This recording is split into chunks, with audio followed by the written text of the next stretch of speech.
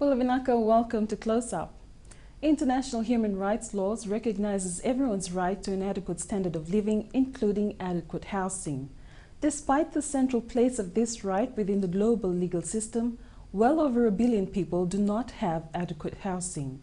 Millions around the world live in life or health-threatening conditions, in overcrowded slums and informal settlements, or in other conditions which do not uphold their human rights and dignity. And many more are forcibly evicted or threatened with forced eviction from their homes every year. Continuing from our program last week, we visit a community in the Western Division that has been at the mercy of government and non-government organizations for the provision of adequate housing, clean drinking water, and land.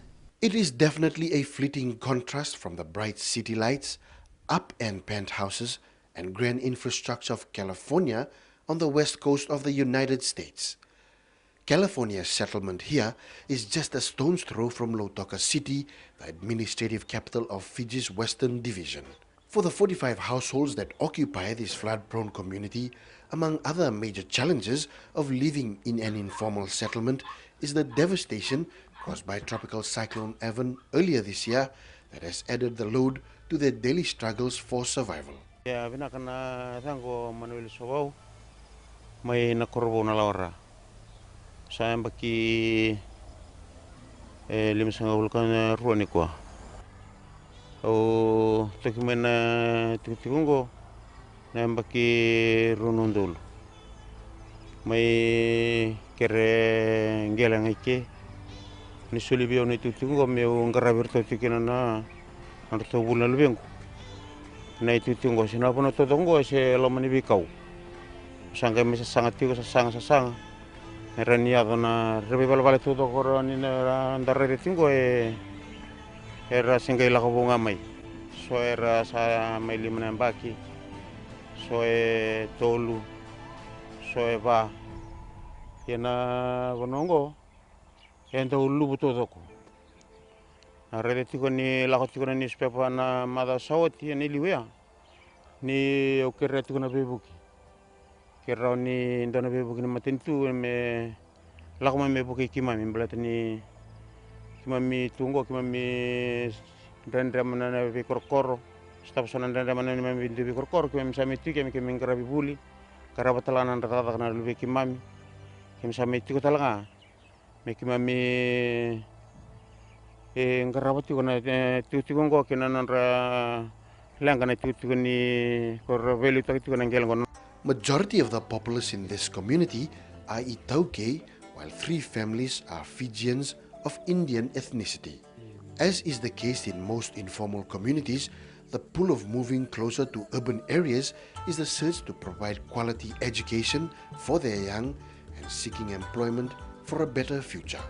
For Sobau, who is the president of this community, his story isn't any different. Na matapubal todo ko tikona itutungo basanga bulkalimo. Kimami tikona itutungo kimami sarangona ni kimi satiwike kimami sando stabasrana ndendre mananga nongo melakani mele dabasar nanga ndo atakina nrakibinak. Do bakande wonna pula kimami ndo babaro tuni stabi kimami na walu. Wonna pula ndo nrakimamata. Ento tingona bidongo mbaleta ni taunouda. Ningauna sando dile kinana singa. Ngesa todo na bido. Nakakikita kimite ando mati todo. Ni taungana uda rambula binakamai. Rani bidanga na bula kinema mitite sando mati todo nakakitiki.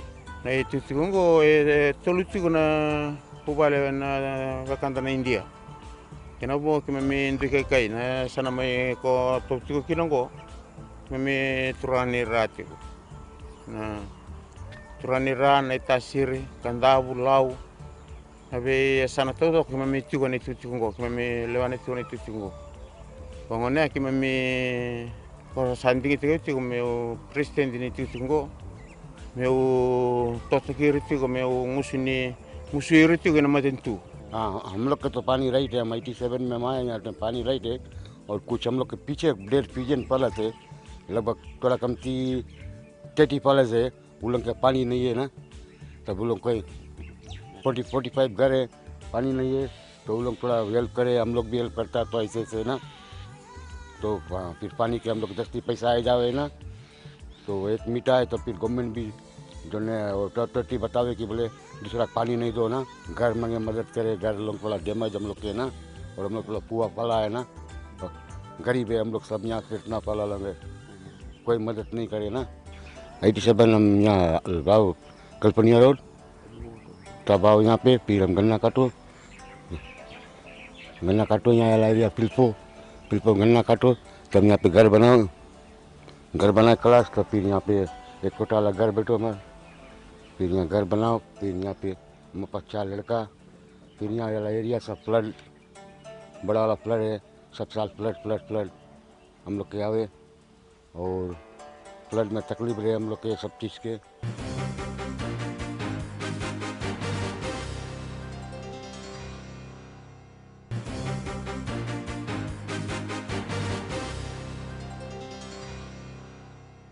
Leo wiki mam nati kona sani korongo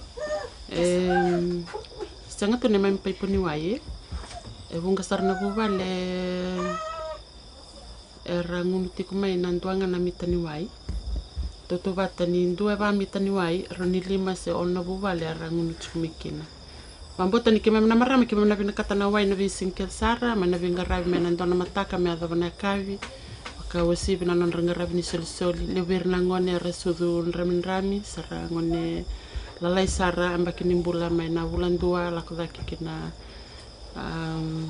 ambaki rua le talanga bike mami ara ngone bulina le bike mami ndo le ngona ni midabuna mitani wai kimam do sota pasaranga renre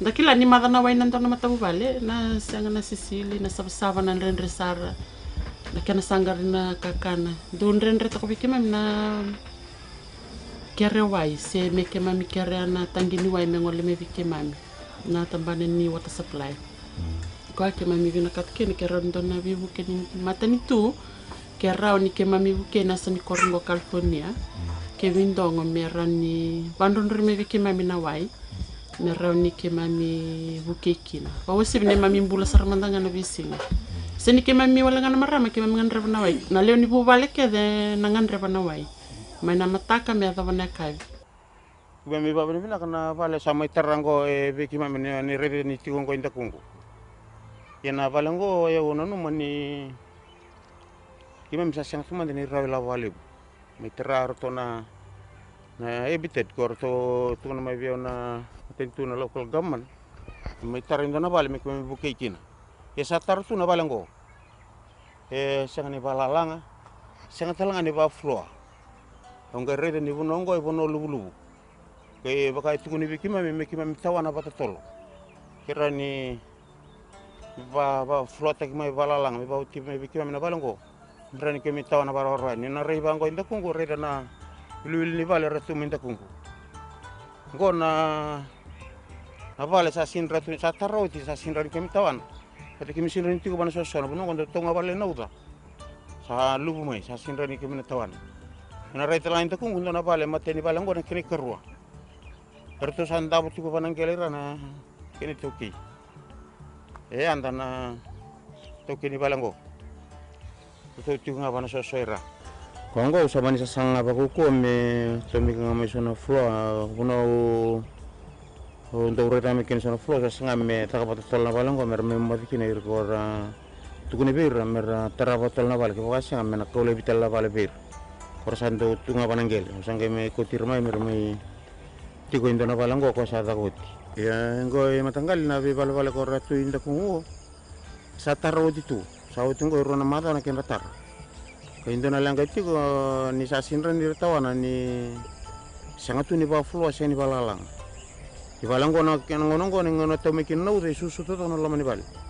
To tukuna ebit tukun tikman kin tutu ko me berto na ebited.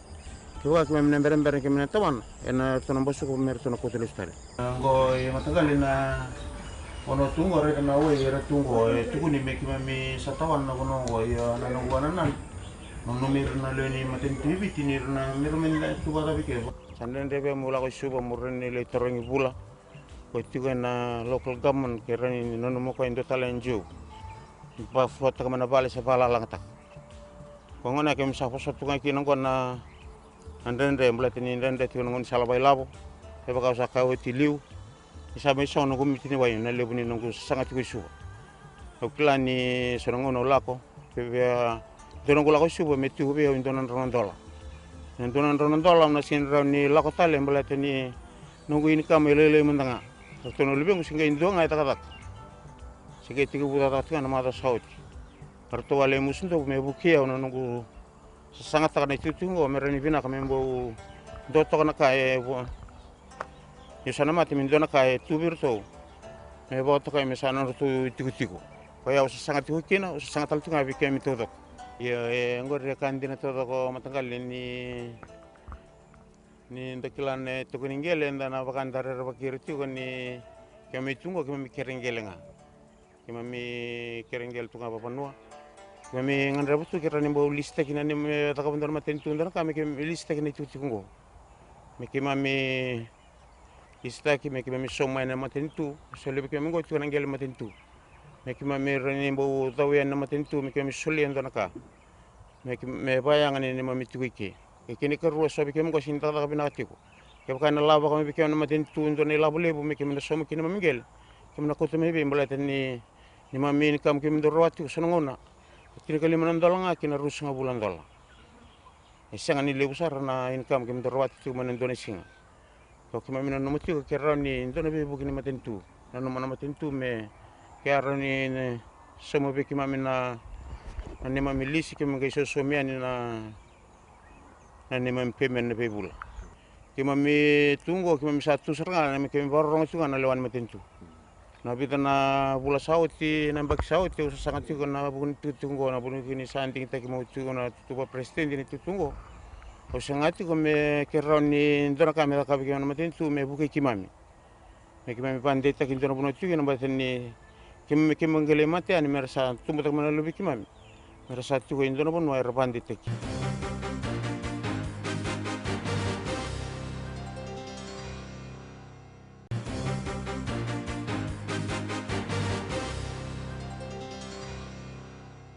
The United Nations Committee on Economic, Social and Cultural Rights has underlined that the right to adequate housing should not be interpreted narrowly.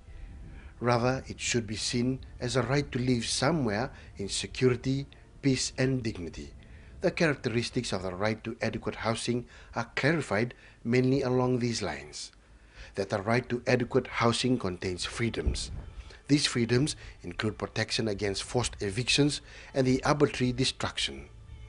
The demolition of one's home, the right to be free from arbitrary interference with one's home's privacy and family.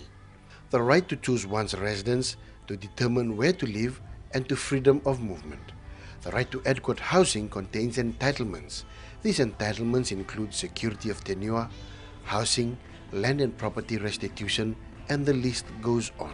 In aligning itself to the conventions of the United Nations, the new Constitution of the Republic of Fiji follows suit. Section 35, 1 and 2 of the Constitution reads, "The state must take reasonable measures within its available resources to achieve the progressive realization of the right of every person to accessible housing and sanitation."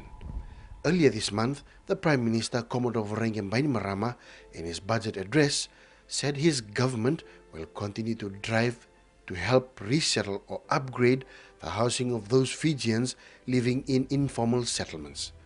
A total of $5 million have been provided for various squatter projects around the country. For the residents of California, the hope is that this affirmative action taken by the state will reach their doorstep soon. Iya, pisia na sebi bukenga na vidanga na matabu vale kortoa vale ngai na dangilamba wat kena lubu vida vale saranga artu bukekina rotambanga ni lima na buvale. Mai tonta ku ni lima na buvale a lubu ke na ni mami vale ya lima ngana buvale artu buke. Me ada vati ko mai na ngona ngo ke mami vale binaka na bambota ni NGO talanga ngona Habitat for Humanity. Ni sana reda na vale sa tartungo sang chukna ken floor sang chukna ken lalang. Rota ni tul sang fulpa kada na vale sandambi chukna ngona ngo se senga chiku ni bafuloa senga chiku na kena lalanga ke kon na re vandindin ta kana tabule ni wa bo kichungo na lamani valengo kito kera talanga ke kara nirto bibu talanga mena NGO nirto na mi vautiana vika ki mami nganga tukina tiko na ndonu viki mami na marama se vendona leo ni vanua kati me leo ni vanua piti me na vatataro se na mani kere vivu ke na matentu se na tambana rani vivu ke mai membalit ke mai but ke mai vakambota ni ke mai leo ni vanua piti ke mami ken karua ni ke mai boleh kawambulan tina ni ke mami tuna informal settlement se squatters area mbimbi chiko ni ke mami tamata tamsakani. Informal settlement, we have two major issues. One is the water and the two is the sanitary. And with this I prepare a paper to hand it over to the Prime Minister because he has taken these two as priority. And I think in the budget of 2014 there is a lot of money which has been drained into these two areas of sanitary and water. And the Advisory Council are doing their part. And in terms of Red Cross, our team is already on the site in terms of any outbreak of diseases such as waterborne disease, typhoid, dengue, as we have seen in the Barclays. And we are informing people that they have to boil water and drink water. People are getting ready, and people understand that by staying there, they cannot afford to have pretty good homes and pretty good land, but they have no choice. So that is the reason they are going there. But we are informing people that they have to move out from there gradually, because in small rain there is flash floods there, the drainage problem is there. But the thing is that where they are going to go, and I think government is trying the level best to put them away from those kind of settlement. One classic example was from Navutu, where the Solomon Islanders, our sisters and brothers were there. Now they have moved down to Vunukula. So slowly, through the government's assistance, I think these people moved out to a better and safer place. Sakili tundura tu na netutu ya na netu seni vale senandoya. Wala tani kokuni sanga utaka apaka musanga mutombo kan dono bono mebukikin. Sama isong kinu kumitini wai. Sa rede kitu sa taki wasartu bono na vale raya. Tu sakili tundura ngara gaisiani vinak ngara na tombo ingo. Wala tani sini raw nirna bangat takane sul. Lahat ni sensu charni binak ni tumana boy tu kina soso. Ya na ngon serango gitu set kira waital tu kena nama tu balik. Biar mendangan ni mempresidi suara keterunyau. Nada bosa soang kino mitni wai. Okai sang betul kau ni lebih lah untuk kata tu ni lagu suba. Senin do soben kau nak ngau sanga au ni lagu kau santor watau diri suba. Ya usaha kelat tu ni tu na mami na nunggu sih na mami tuntu. Ya indo anak kau seni turut tu kau na kanggor na ni rawa bikin kami semua nama tentu bikin kami na libu na wai. Bikin kami babi nak kata kina na itu kau na puno bangun na settlement. Kau betul kau na settlement. Kena kau nak kau sangat bikin nak kira ni indo na tambah nama tentu melak kami bos bikin kami kira ni Possibly na leo ni tutungo kira ni tukuni ni tuko indona be bugun matintu kemi tukungo baka kima tirutunga na ile lomboa kemi rongo tutunga kemi sini do me boso be kimami tukuna bando indona be kimami na nema tukungo na bar di buke taka buke na matintu plani ka na daw tuni ko na nema mi na ka todo kemi ndo na bunna butukina ngone nema boso pa kor na boso di youth. That's Close Up. For comments or questions, email us closeup@fijitv.com.fj. To our viewers here in Fiji and across the Pacific, thank you for joining us. Good night.